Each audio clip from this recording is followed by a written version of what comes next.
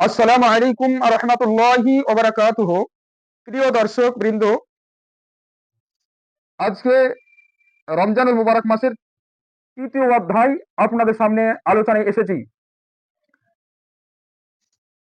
এই ভিডিও দেখার পরে আপনারা কমেন্ট এবং শেয়ার করে দিবেন।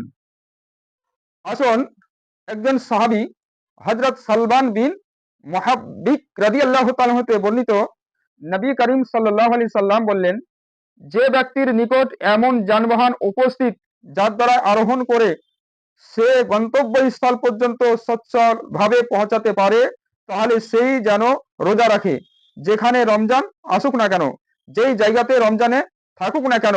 আবু দাউদ শরীফ দ্বিতীয় খণ্ড পৃষ্ঠা নাম্বার 327।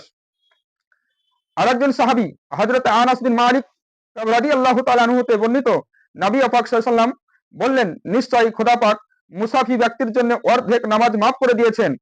অর্থাৎ মুসাফির ব্যক্তি 4 রাকাত ফরজের জায়গায় 2 রাকাত আদায় করবে, এবং মুসাফির ব্যক্তি দুগ্ধবতী নারী এবং গর্ভবতী মহিলার জন্য রোজা মাফ করেছেন, অর্থাৎ তাদের জন্য অনুমতি রয়েছে যে তারা সে সময় রোজা না রেখে পরে কাজা আদায় করতে পারে।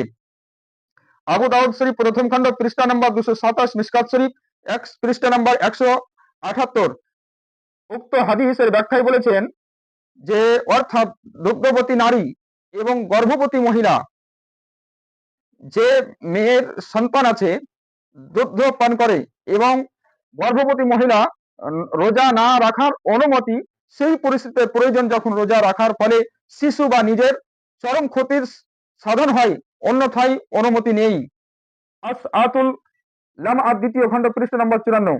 আসুন, আরেকটি হাদিস হযরতে আবু আইয়ুব আনসারী রাদিয়াল্লাহু তাআলা আনহু বলেন, নবী করিম সাল্লাল্লাহু আলাইহি সাল্লাম বললেন, যে ব্যক্তি রমজান মাসে রোজা রাখার পর শাওয়াল মাসে নির্দিষ্ট সময়ে 6টি রোজা রাখলো, সে যেন চিরদিন রোজা রাখলো। মুসলিম শরীফ প্রথম খণ্ড পৃষ্ঠা নম্বর 369।